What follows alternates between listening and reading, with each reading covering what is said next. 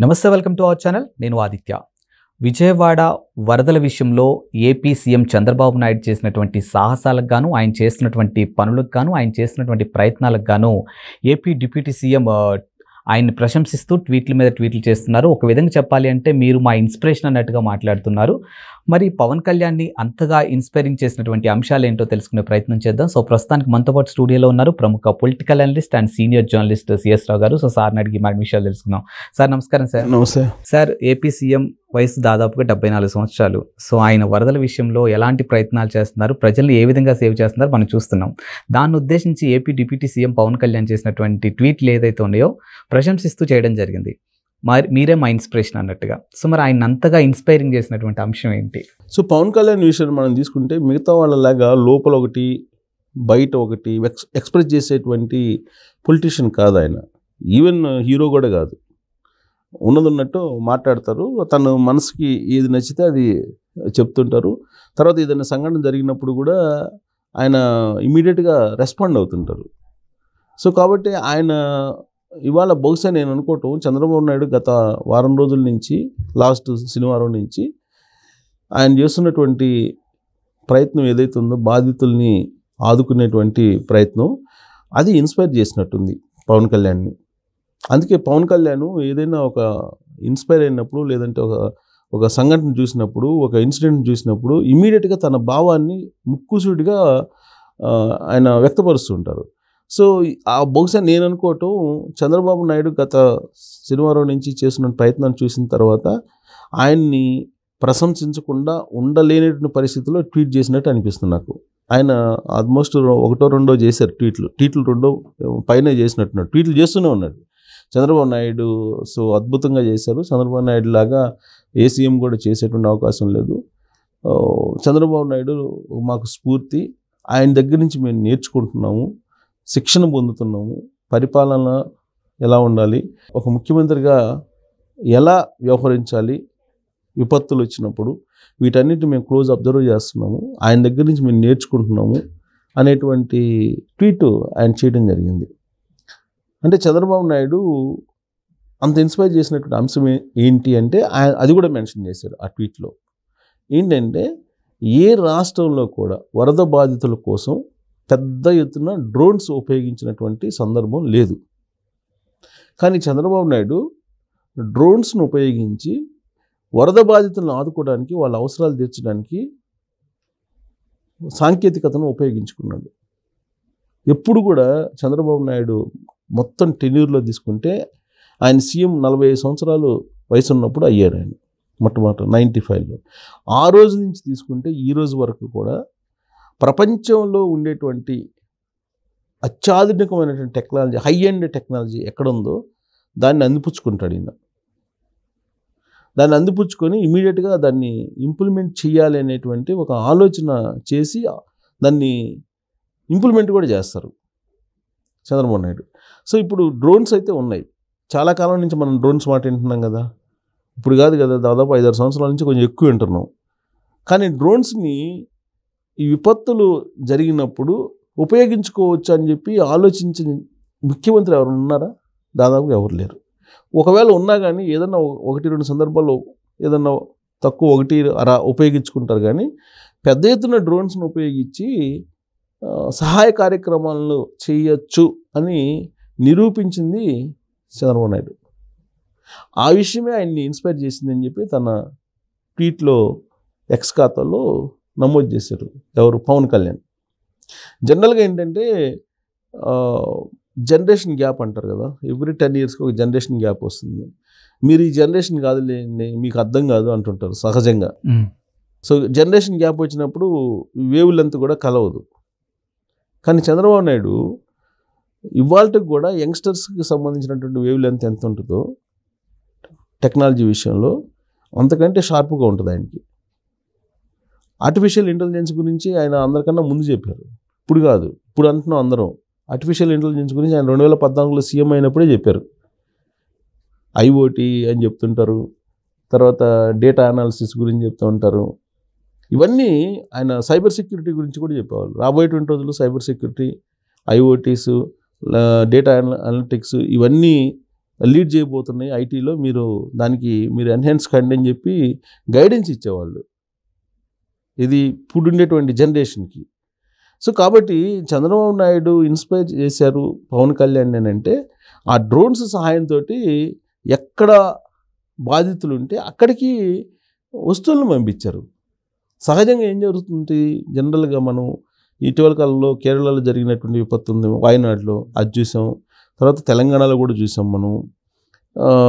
ఇక్కడ చూస్తే కనుక మనకు సహాయ కార్యక్రమాలను ఎలా చేశారు, హెలికాప్టర్లో ఎన్డీఆర్ఎఫ్ దళాలు వచ్చి హెలికాప్టర్లో వస్తే హెలికాప్టర్ నుంచి పైనుంచి ఏదైనా ఆహార పొట్లాలు చేస్తే ఫుడ్ పంపిస్తే, లేదంటే ఏదైనా అవసరాలకు పంపిస్తే వాటిని వేస్తూ ఉంటే వీళ్ళు పైకి చూస్తే పట్టుకోవడం అవన్నీ చూస్తుంటాం మనం ఇలాంటి విపత్తులు వచ్చినప్పుడు.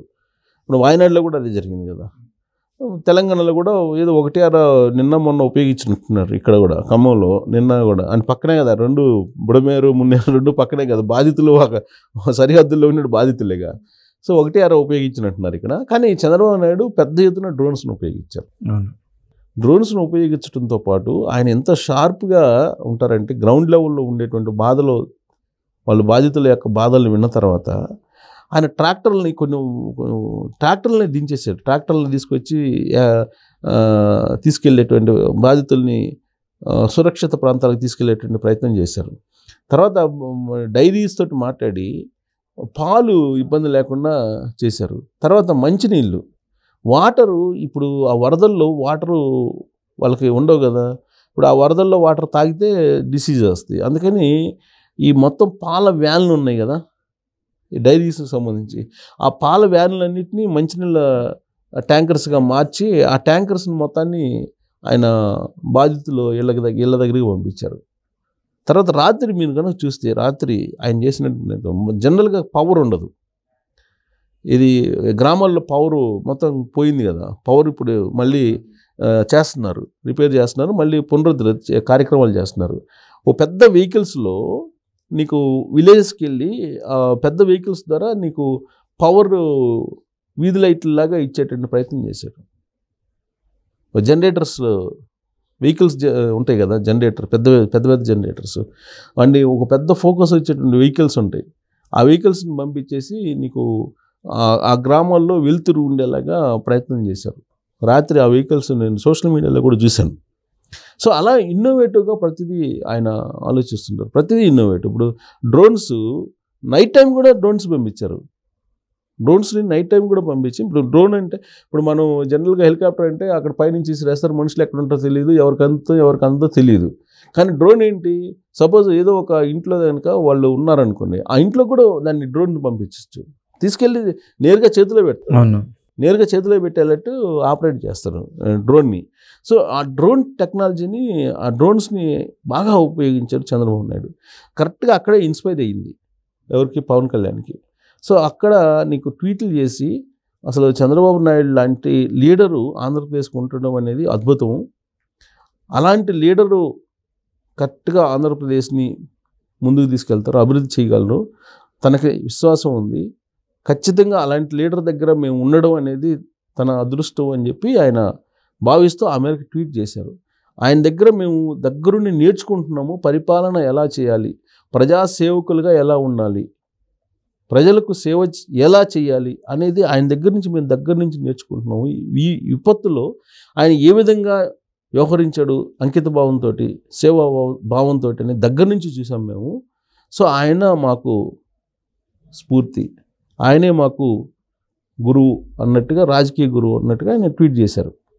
సో పవన్ కళ్యాణ్ ఇన్స్పైర్ అయ్యారని అంటే అది అంటే జనరల్గా ఇన్స్పైర్ అవుతాడు అతను, డ్రోన్స్ విషయంలో బాగా ఇన్స్పైర్ అయ్యాడు. డ్రోన్స్ని చంద్రబాబు నాయుడు ఉపయోగించాడు, బహుశా పవన్ కళ్యాణ్ కూడా ఎక్స్పెక్ట్ చేస్తున్నాడు డ్రోన్స్ని ఉపయోగిస్తాడు చంద్రబాబు నాయుడు.